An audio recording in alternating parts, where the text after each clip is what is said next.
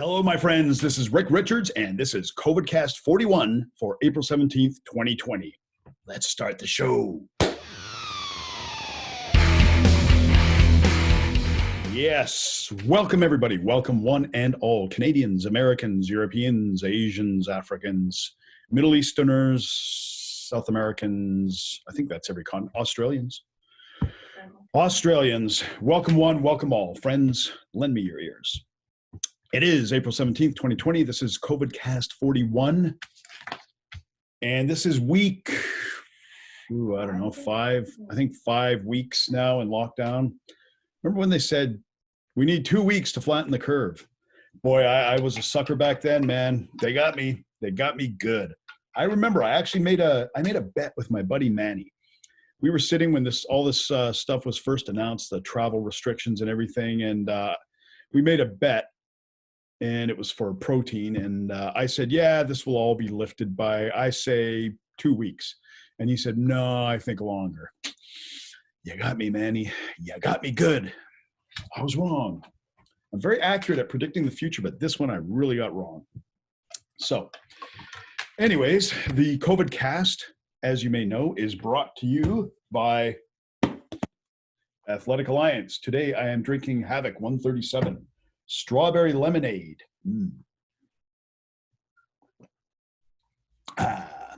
Probably, that's good. Probably the best pre-workout available in the world, whether you're quarantined or not quarantined. So before we get into the show, let's take care of some business.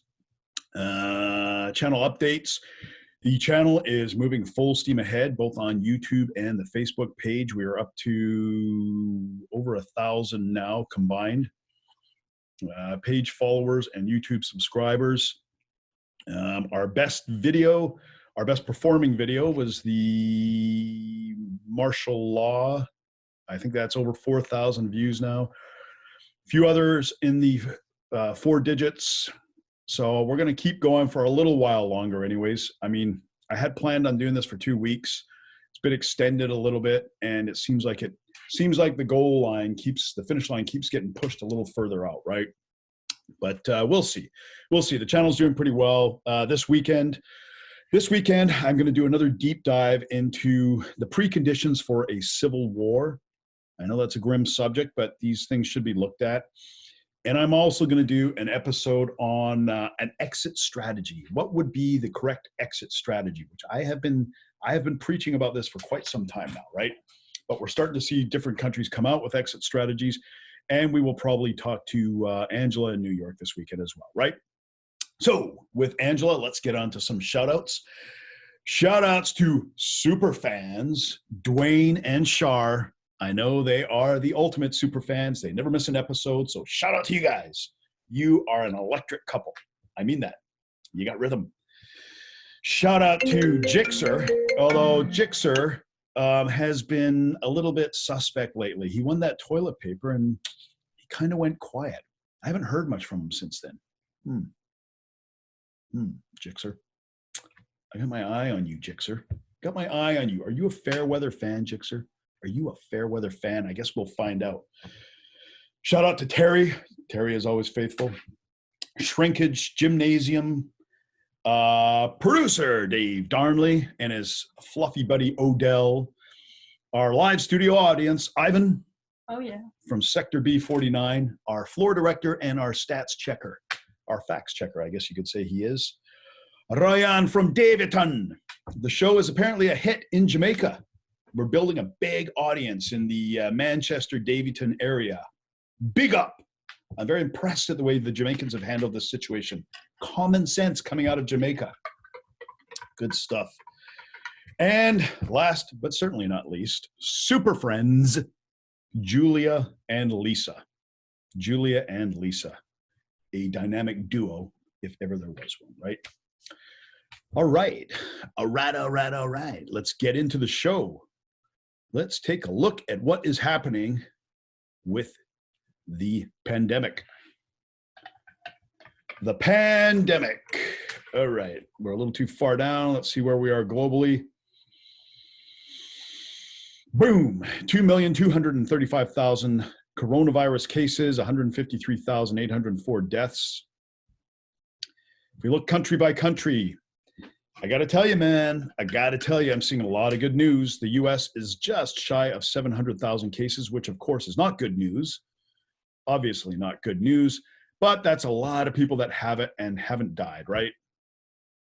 And the deaths, of course, are high, but they are in line with the flu season. I know people don't like to hear any comparisons to the flu, and I'm not saying this is the flu. It is clearly more contagious and certainly more deadly for people that are compromised. But in terms of actual numbers, they have been kept to, I guess, what you would say is a somewhat acceptable amount, right? I mean, it's never acceptable when somebody dies, but let's face it, it's going to happen, right? Spain, 298 new deaths. That's way down. That is way down. Spain has not only flattened the curve, they are on the other side of it now. Italy as well, 575. That is down, not as drastically as Spain. And this could be just a blip and it could pop back up. But it's definitely, we are seeing a trend. Even France looks like they're in a little bit better shape. Germany's done a good job. Germany's tested a lot of people. They have a lot of cases, but very comparatively low fatalities. As a matter of fact, if you compare the number of cases in Germany with England and France, Germany has almost as much as France and less than a quarter of the deaths, and more than England and only a third of the deaths. So Germany is doing something right. China, these numbers have changed quite a bit in China. China has jumped up a bit, and we will get into that a little bit more later on. Where's Sweden? Russia. Russia only has 273 total deaths, and that place is on severe lockdown from what I understand in Moscow. Moscow, you have to have a pass just to go out and do anything, from what I understand. Where else? India. How does a country with 1.3 or 1.4 billion people only have 486 cases or deaths from this? I wonder if that's accurate. Sweden, 1,400. That's pretty high. It's high. It's high in proportion to the size of the country, but considering that there has been no lockdown, it seems pretty reasonable. It's about the same as Canada and fewer new deaths than Canada.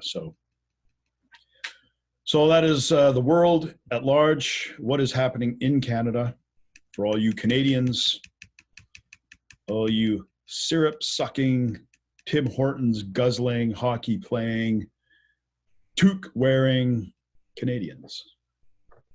Sorry, I guess I can get away with it. Is that insensitive? Is that racist towards Canadians, Ivan? No, it's a stereotype. That's true. Okay, it's a stereotype. That's true.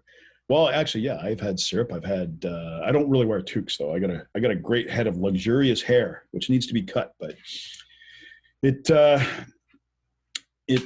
doesn't necessitate a toque. That's for sure. All right, so in Canada, we're looking at 31,632 cases, 1,300 fatalities so far. British Columbia, 1,575 cases, only 78 deaths. That's pretty good considering that this thing has been 3 months. I think we had our first case back in January, February, March. Yeah, 3 months and 78 deaths. It's not too bad, right? Ontario, 478. Quebec, 688. Conditions much worse there, of course. But if we look at our very own neck of the woods, British Columbia, really not so bad, right? 78 deaths. But BC health officials, mid-May is the earliest possible time to lift COVID-19 restrictions. What? So we got another month of this shit, even though there's only been 78 fatalities?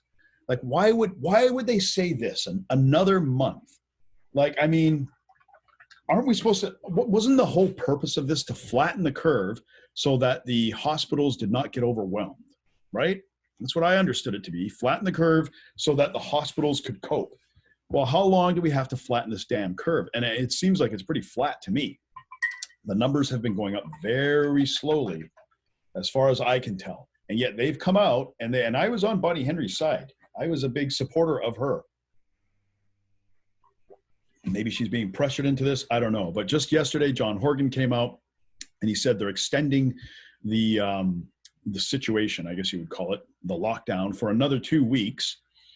But now they're saying mid-May is the earliest possible time. All right. So that's the earliest possible time. So if it's not mid-May, then I'm going to be really pissed off. And I mean, 4 more weeks. Like, come on, guys. So that is the situation with the virus, both globally and locally. And as we've seen, I mean, clearly we are moving closer to a situation of how to exit out of this.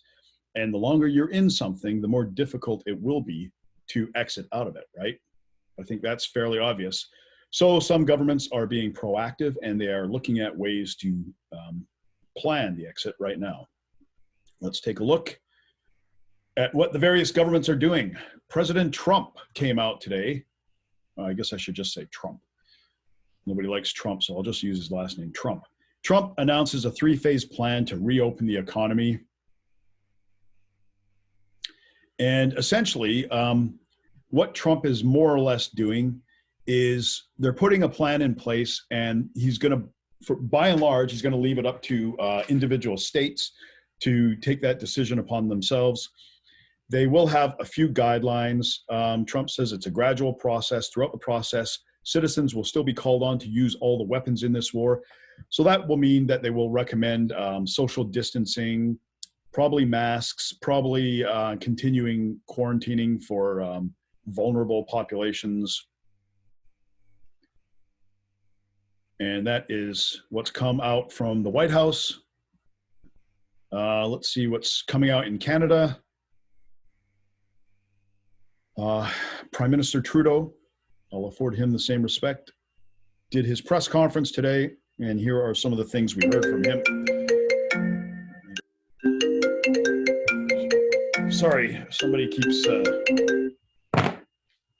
keeps interfering. It's kind of annoying. So, where was I? Trudeau. Okay, so let's have a listen. Prime Minister. Jesus Christ. Van Dusen, CBC News. You spoke to the premiers last night, so I'm hoping you can update us on this.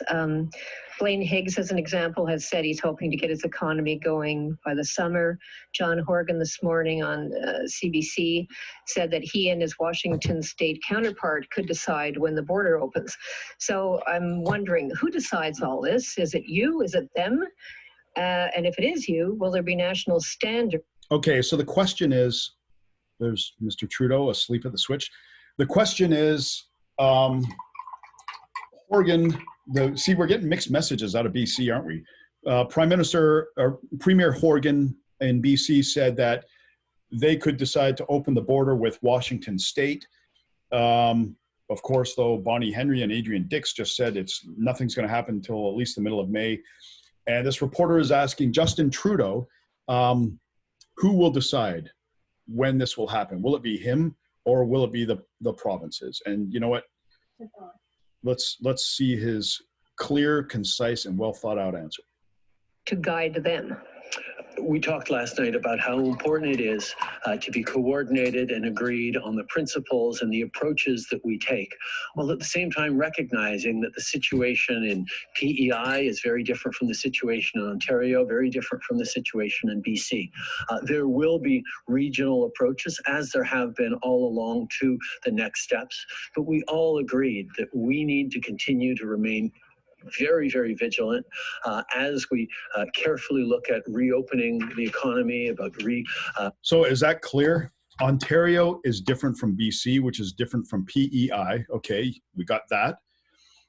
We need to be very vigilant. Okay, I'm not quite sure what that means. We need to be vigilant. We're going to be watching for that damn virus. Okay. Launching certain sectors in the future. We will continue. In the future. So that could be 30 seconds from now or 10 years from now. Very, very specific, Mr. Trudeau. Our coordination around the principles and the steps that need to be taken. But of course, this is Canada, which means that there are very different needs and very different approaches that will be in place across the country. What we will be working on to coordinate and collaborate on is ensuring that the messages that get out and that the lens that we take and the data that we collect and the way we do this is aligned and coordinated so that we can maximize our chances of getting through this. Okay, he's been talking for about 2 minutes now. Has he actually said anything? We are looking at different methods of coordinating, and we understand that people have different needs, and we need to tailor those that approach to those needs, and we are going to be vigilant. And at some point in the future, we are going to reopen and without having to fall back into self-isolation the way we have been these past few weeks. Well, we're not in self-isolation. We are in a quarantine. We are under the Quarantine Act, and businesses are closed. This isn't self-isolation. So anyways, that was kind of a non-answer, very vague again. There's never anything specific. That's my biggest issue. It's all kind of guidance counselor stuff, you know, like if you were going to go see a therapist, man, actually a therapist, I would hope to get even better advice. This is like a guidance counselor that sits you down and says, I understand this is a very difficult time for you. I know what you're feeling and blah, blah, blah. So that was the non-answer. There's another answer or another question that Mr. Trudeau got about China. Interesting news out of China. We're making investments in supporting those companies directly so that they can meet those methane reduction targets with funds that we're giving them so that we can stay on track to protect future generations and to reduce emissions from our industry. Oh, yeah, sorry, he went off on a tangent again about this is the carbon tax and cleaning up. Understand that we need to continue to move forward, but we need to help people in different ways as we move forward. That will be the lens that we take. So for those of you that aren't aware, today, it came out that China had actually discovered a bunch more people had died. And let me draw your attention to Exhibit A from way back in March 31st, 2.5 weeks ago. Let's hear what your beloved host had to say about the matter. But it does make the official count of 3,300 seem, it's starting to look ridiculous, to be honest. And, all the dissident voices that are coming out of China, they're all saying, this is worse than you're being told. None of them, and I mean, they don't really have any motivation to lie, right? Like, I mean, if they're going against their government, it creates more problems for them. But none of them are coming out and saying, yeah, it's really not that bad, I think things were handled pretty reasonably and it's not that bad. And, I mean, we know that the Chinese government, they were welding doors shut in buildings, right? And you wouldn't do that if something was basically a severe flu, right? Like, I mean, obviously it had to put the fear of Buddha in them or the fear of Jupiter in them, right? So there you go. I think that's our deep dive on China. Is China lying? Yeah, I'm going to say yeah. There you go. There's your answer, right? So anyways, it has come out that China was indeed lying or incorrect. And the question was put to Mr. Trudeau. By the way, I was on to this weeks ago, guys. And on a separate matter, China has revised its numbers on the Wuhan deaths, increasing them by 50%. Do you think this is a statistical verification, as China claims, or proof they covered it up? I think we all need to be very attentive to how data flows around the world and be very thoughtful about it. Okay, we all need to be very attentive to how data flows around the world. What the hell does that mean? We all need to be very attentive to how data flows around the world. Sorry, sir, we asked you about the Chinese death toll.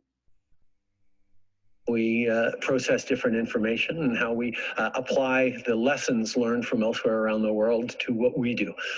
Come on, coward. Like, are you that scared of China? Are you that afraid? How much does China have invested in the country? Continue to work with partners and allies and international institutions and organizations as we figure out how to get through today and tomorrow. But there will be many questions to ask once we are through this on how various countries behaved and what sort of principles we need to learn from and conclusions we need to draw as we move forward. Wow. Okay. I mean, that's what can you say, right? Another big non-answer. Like, I mean, come on, man. And these reporters, they have to do a better job. Like, when you get an answer like that, don't just sit there nodding your head thinking, oh, the prime minister read out my question. No, stay on them for God's sakes, say, listen, can we have a more specific answer? And you know what? It takes us to something else, right? This is a nasty situation. You have a horrible virus on one side, right? That could lead to permanent damage, could lead to death. You have isolation, depression, and bankruptcy on the other side, right? This is a nasty situation to be in. So let's look at some of the things that we have to deal with now. And this will be our main theme for the show, which is the 2 minutes hate. So it's interesting. Anybody that's ever read 1984 will be familiar with the name Goldstein. So it's interesting that this article is from Goldstein, but suicides linked to COVID-19 are inevitable. In addition to the enormous human and economic toll COVID-19 is taking on Canada and the world, there is another tragedy looming in its wake. That is an increase in suicides, especially but not limited to the elderly, born of despair that life for them may never return to normal, fear of contracting the virus, or of becoming a burden to their families. And see, that's something I hadn't actually thought of. I mean, I had anticipated, yes, there would be a lot of suicides, but I didn't realize the extent, the moral dilemma older people would be in, because they're stuck in a situation where either they have to stay isolated, anybody that helps to look after them is put in danger. And if they see any other relatives, either their relatives could make them sick or they could make their relatives sick. And it's just a really kind of hopeless situation for seniors, right? So Conservative MP Tamara Jansen raised this issue anecdotally at the Commons Standing Committee on Health this week, relating a morbid story she had heard about two farmers who are currently facing bankruptcy and were discussing how they could make their suicide look like something else so that their wives would be able to get life insurance. Now, I mean, is that what we're faced now? I mean, come on, guys. Farmers, like why farmers of all people should be able to weather the storm? I mean, there's no, the demand for food isn't going down, certainly, right? But I don't know. They're obviously very badly affected by this, and we're starting to see the damages spread out in society, right? So it brings us to the main thrust of the evening, right? And that's why I'm calling this the 2 minutes hate. Anybody who's, if you've read the book 1984 by George Orwell, it's actually a very, very forward-thinking book. He deals with a lot of stuff that is inherent to society and totalitarian societies, and just some of the subtleties and how they work. So you see what the 2 minutes hate, I'll show it to you, but it's 2 minutes of sort of focused, directed rage, right? And they find a target for people to be angry with, and they direct the rage at that anger, and they let people get it out of their system, more or less, right? And what they do is they always direct it against or away from who actually should be the target. I mean, I've seen some strange posts. Well, should I say they're strange? I've seen some disappointing posts on things like Facebook where people start going off on someone who isn't social distancing or who hasn't, or who is gathering in a group on their front lawn. And people are absolutely livid about this. They're angry. The venom is just flowing. They hate these people. The people you should be angry with are, number one, the Chinese government that kept this whole thing under a secret and now have completely disrupted the entire world. Like, what penalty are they going to be paying? That's who should get your anger. And then our experts who said that this could not be transported airborne and that there was no need to shut down the border, right? The experts didn't want to shut down the border once they knew about this, and neither did our leaders, right? They kept it open for as long as they possibly could, right? It wasn't until Trudeau's wife got this that he actually took the step of closing the border. Same with Trump. Trump kept the border open as long as possible because he didn't want any disruption to trade. And most of the countries took that same approach. And that's who we should be angry with. And they know we should be angry with them. The average citizen is the one paying the brunt of this, okay? So don't direct your anger at that person that is standing too close or is walking in a park. Okay, you know what? You don't know their situation. Maybe they're suicidal and maybe they just said, damn it, I just need to get out and I need to see somebody, right? Or maybe they just want some sun, for God's sakes, right? Don't be angry at them. They didn't cause all this, right? So let's take a look at some of this stuff. And it's all very, very manufactured. We're going to start off with a clip from the movie 1984 and the 2 Minutes Hate.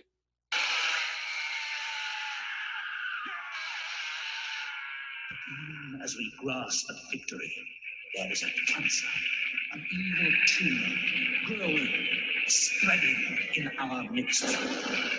Shout! Shout! Shout out his name!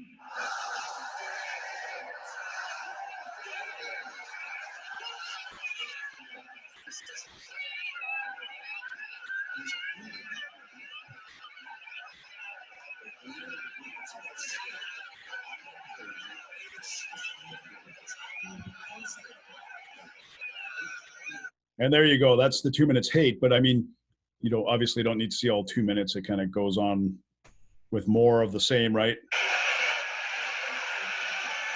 But the whole point is all of these people are directing their hate at somebody that's had zero impact on their lives, hasn't done anything really to affect them, instead of directing their anger towards the state that is absolutely oppressing them, right? And it's the same kind of thing here. We see the same sort of subtle switch.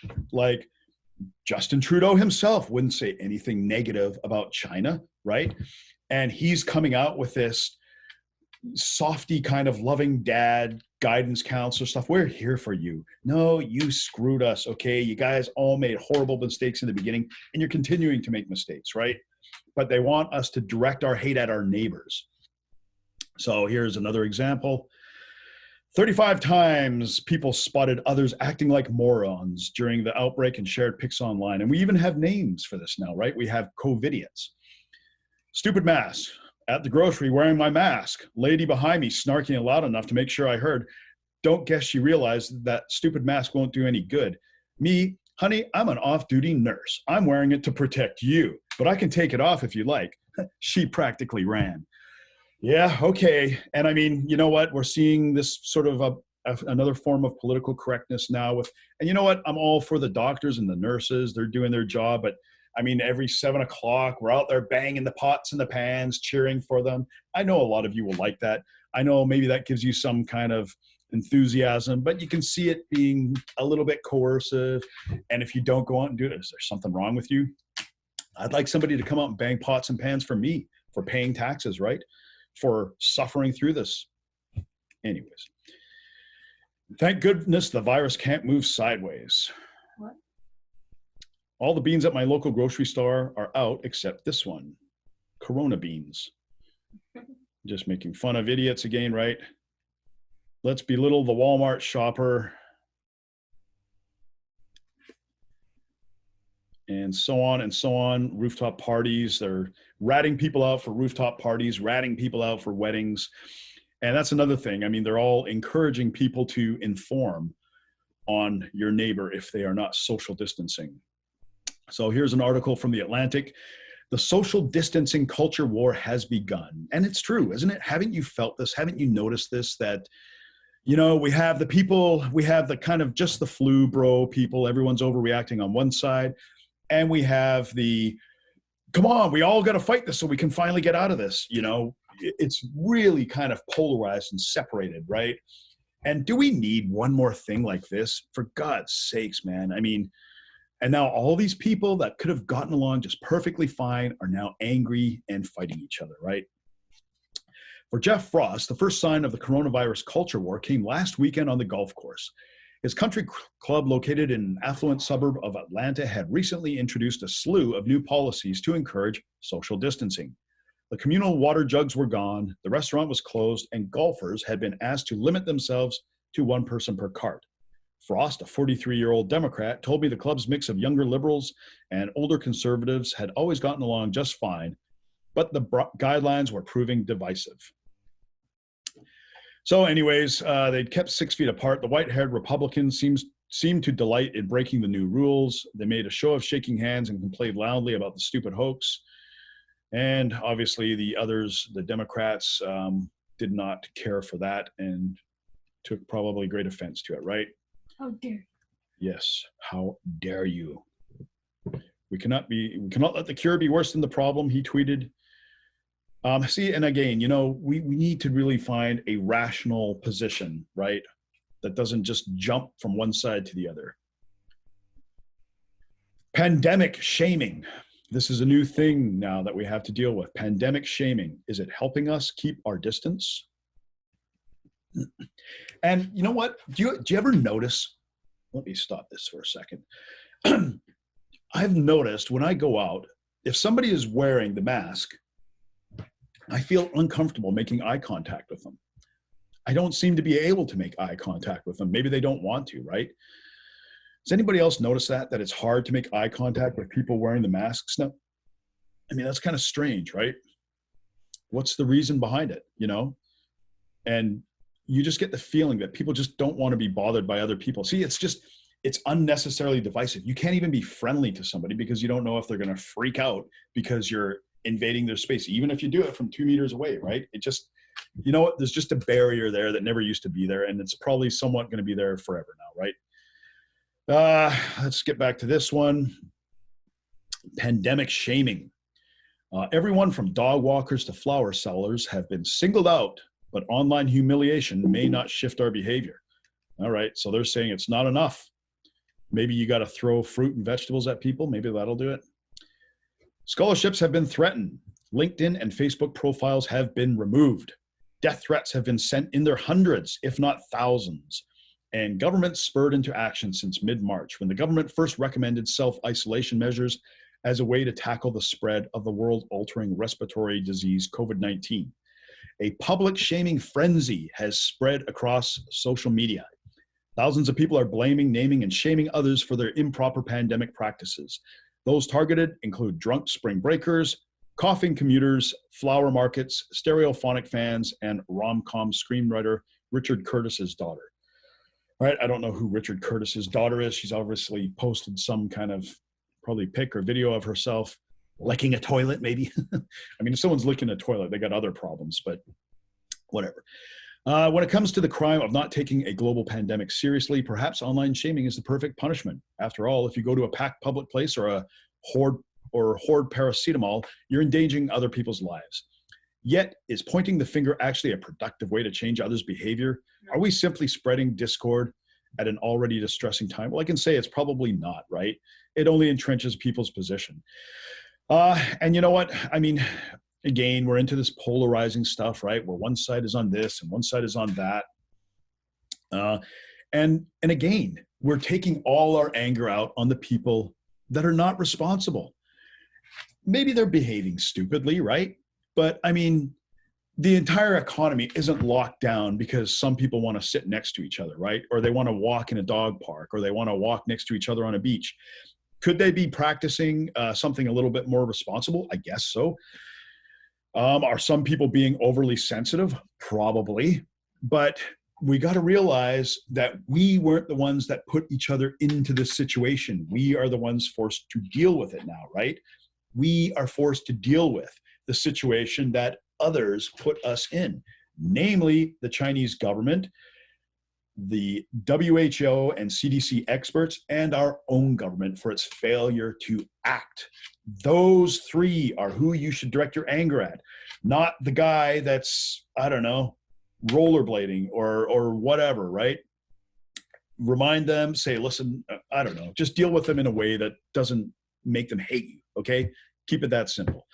So there you go. I would like to call for more unity among people, less divisiveness, and let's say no to the 2 minutes hate. Let's direct our anger where it should be angered, okay? Because if we all stand together, nobody can stand against us. We're out. Ivan, we're out.